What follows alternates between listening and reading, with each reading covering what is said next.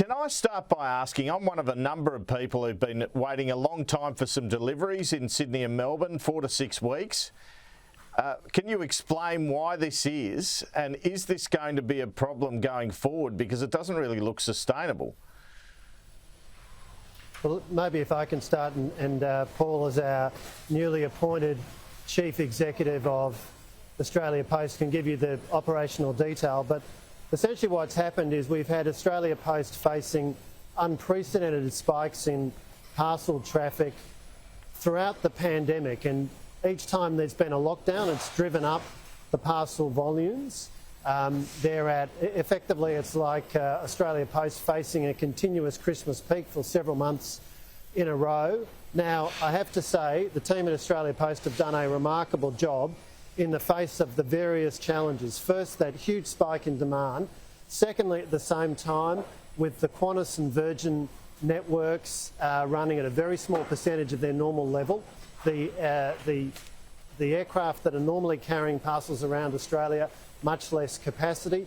Then, of course, you've got the requirements that the whole team faces in terms of things like if there's a case in a facility, then people need to isolate, and so that's having significant impacts.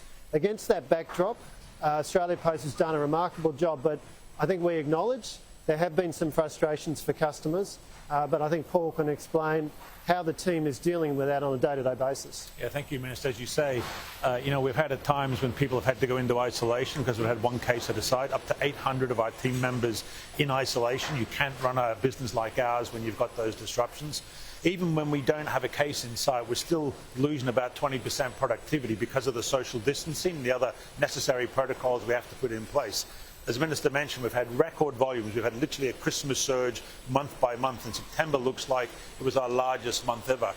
We can cope when we have those surges, when the balance across the nation is normal. When you have one state with a large population like New South Wales in lockdown, it hurts. But when you have two together, as we've had in recent months, that really is a one-off event that no network can put up with. So we're putting on additional people. As you may have seen in the media, we're looking for additional 5,000 people for this Christmas peak. We're expanding our capacity literally every week, and the team, the 66,000 people in Australia Post, have done an absolutely fantastic job in very, very challenging circumstances. So we do apologise for those delays, but we are finding the general public are sympathetic, understanding the circumstances we're in, but we're very clear that we must perform for peak, and the team is putting an enormous effort in every day to be ready for that.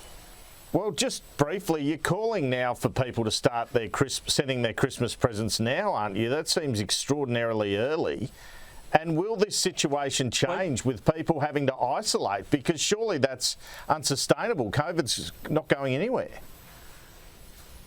Well, if you talk to most of the retailers, Christmas is not in December. It's in October and November. That's when parcels and things have to move. As Minister Fletcher mentioned, we've got less flights coming in. So if you want to send a parcel to a loved one overseas, my daughter lives in London, that parcel was sent last week because that gives it a guaranteed chance of getting there. And we just have a lack of capacity in what would be our normal network. So getting out early, getting those parcels flowing through the network will make it easier for us, easier for our customers, and easier for many of those retailers who are also facing record challenges in their own networks. And Mr Graham, might I ask, how do you feel about taking over after the Christine Holgate controversy?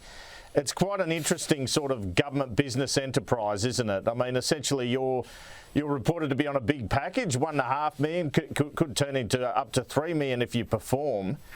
And yet it's still a public service. How do you weigh up those things? I know you're from Woolworths from a senior position.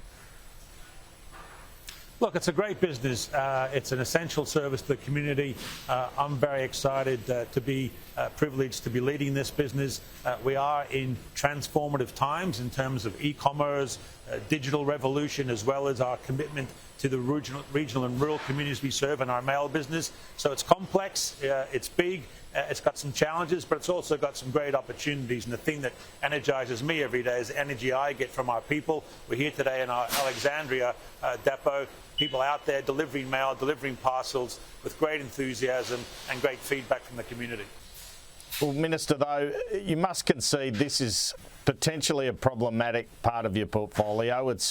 You've had the Holgate controversy. She seemed to be saying there was pressure from government to cut delivery services.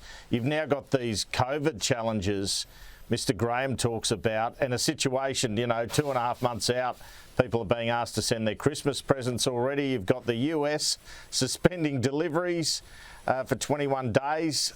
You've got a fair few headaches in this area, haven't you? Look, far from being a problematic part of the portfolio, it's a vital part of the communications portfolio. A team of very capable professional people. Yes, we've had some remarkable challenges in getting through extraordinary peaks throughout COVID. But what I'm really proud of is the way that Australia Post has stepped up to that challenge. Has it been perfect? Of course not. Have there been customer outcomes that we would have preferred were different? There have been. But in the main, I think the team has done a remarkable job. And Minister, are there any more plans for any privatisation of any services or for any cuts in the next couple of years at Australia Post? Well, I've been asked this question quite a few times over the last year, and can I be clear, there are no plans to change the ownership structure of Australia Post. Australia Post is a government business enterprise. It's going to stay a government business enterprise. We've worked to make sure that we've got an outstandingly capable board and management team so that Australia Post can continue to serve Australians in all the important work it does, carrying letters, carrying parcels, the over-the-counter services in the post offices, not only in our suburbs and big cities, but critically in our country towns and villages all around Australia. So a critically important organisation and government-owned.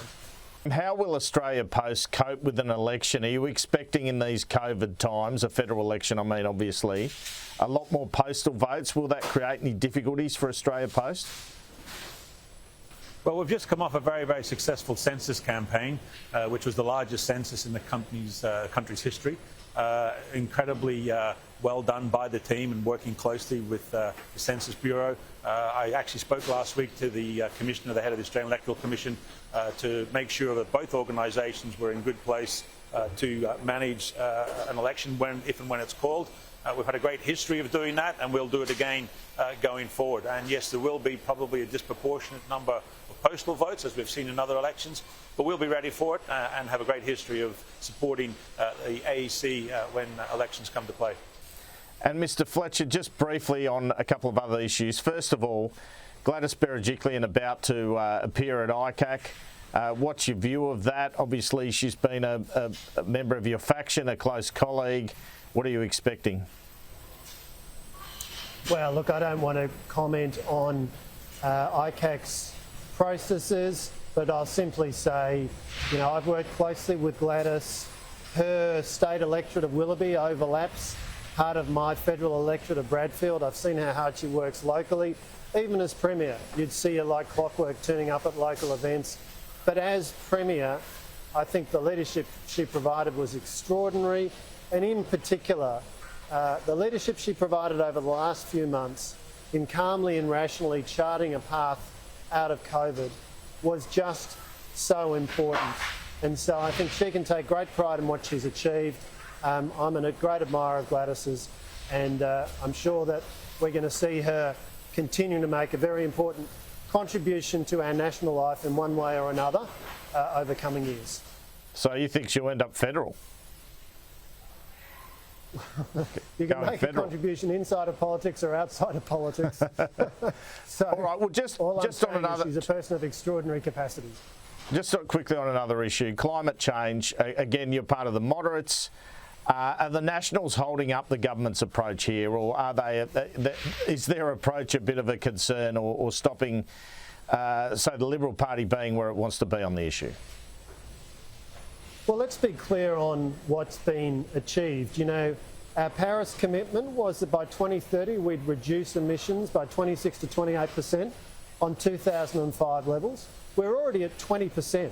We've reduced emissions faster than countries like New Zealand or the US or many other countries. We've got a world-leading penetration of rooftop solar. There's enormous amounts of investment going into renewable energy, but through our approach of technology, not taxes, what we're determined to do is participate in that energy transformation while making sure that energy continues to be affordable and reliable. And as the Prime Minister said, We're working thoroughly and methodically through these issues. We want an approach that's right for Australia, right for our regions, and right for the environment.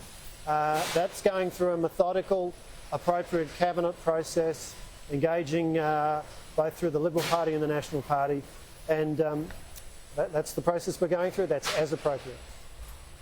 Mr Fletcher, Mr Graham, thanks so much for your time.